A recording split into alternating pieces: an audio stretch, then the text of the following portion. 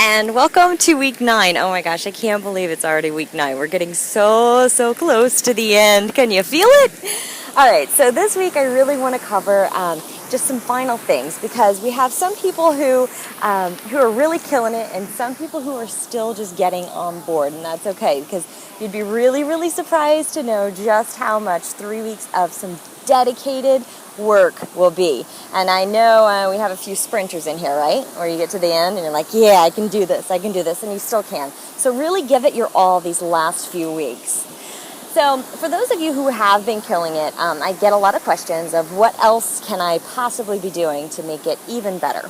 So if you're already eating 80, 90, 100% clean, you're really working on your portion control and your timing. You're getting all of your weight sessions in. You're getting your high intensity interval training in. The next step for the weight training would be to qualify for the advanced training. So you can always post your video and we can bump you up to that. That's 4 days of weight training. So you can do that. And then you're also getting your steady state cardio in. So if you're doing all of that, I also get the question of, can I just do some more cardio? What else can I do? So if you're doing all of that, all of it, not just a little bit, all of it, then yes, if you want to add an extra 30 minutes of something fun in there, go for it. But please check out the PDF. We have a whole explanation of what happens when you do too much cardio. Now I'll just give you the brief little version here, and then you'll be able to see the entire process on the PDF in the picture that I created. So basically, when you start doing a lot of cardio, it takes a lot of extra calories to burn for the cardio, right? So one of the things that your body does, it goes, oh yeah, you know what, I just worked out a whole lot yesterday, so wait, let me go ahead and bump up my appetite so that I can store some more carbohydrates, more glycogen for my next workout. So yes, you are getting a great workout in, but you're really teaching your body to continue to store more just in case, so that when you go back out there that you'll have the energy that you need to get it done. All right, so that's one thing. The second thing that you're doing is that you're not letting your body build muscle. It takes excess calories to build any muscle. Now, remember we talked about muscle. The studies show that at an average of 1 pound of muscle burns about 50 calories per day. And so if you're not allowing those building blocks to come into your body and actually build the muscles, if you're just burning them off with extra cardio, then you'll never have the building blocks to build that muscle, or it'll be extremely slow. So that's another thing. The other thing, so the third thing here, is that when you're doing a ton of cardio, your body sees that extra muscle is just dead weight. Why would it want to carry around that extra muscle? So it starts to bail it. So it gets rid of it. So that's another thing. I've also shared a few articles about running in particular. Running is great. It's a great exercise. It was my very first love when I first started exercising, and I still do it. But what I used to do was I would shoot for like 6 miles a day, 8 miles a day, try to do like a 12-mile run on the weekend.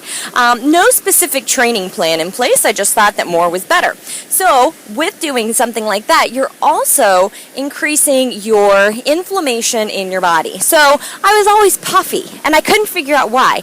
And I thought, if I can just run a little bit more, then my abs will be leaner, and my especially my leg muscles, like that's always the area where I've carried extra weight, and I just had trouble like getting that definition, especially like your inner thighs and that part, right? So I thought that running more would be better.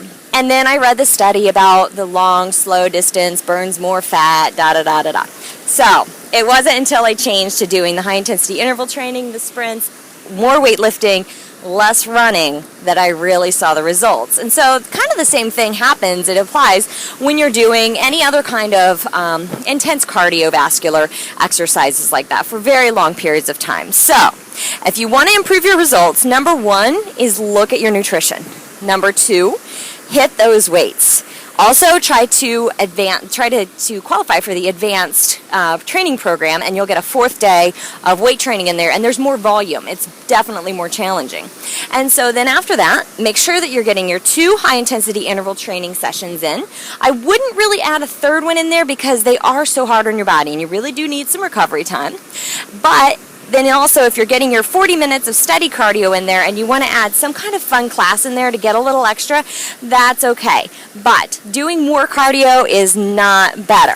All right? So that's the big message for this week. Definitely big message. So the other message that I want to share with you is, and I'm going to post this in our private Facebook group, but sometimes we don't always post in the private Facebook group, and I feel like this is super, super important.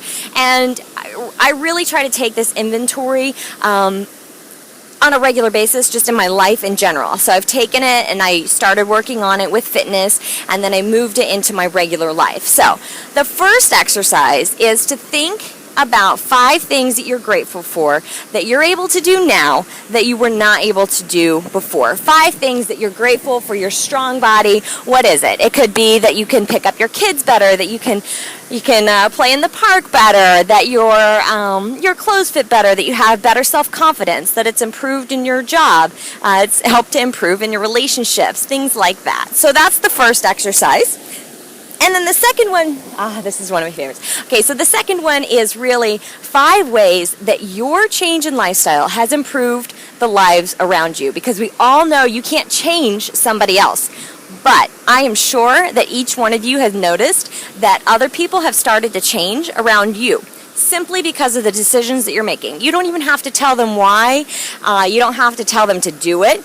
You do it and they follow suit, right? So think about 5 different things that you are changing. And it doesn't have to be fitness related. Of course, there's going to be a change in eating clean food, eating more vegetables, drinking more water, drinking less alcohol, that kind of thing. But also think about maybe, if you've made some improvements in your life as far as personal development, maybe you walk away from gossip.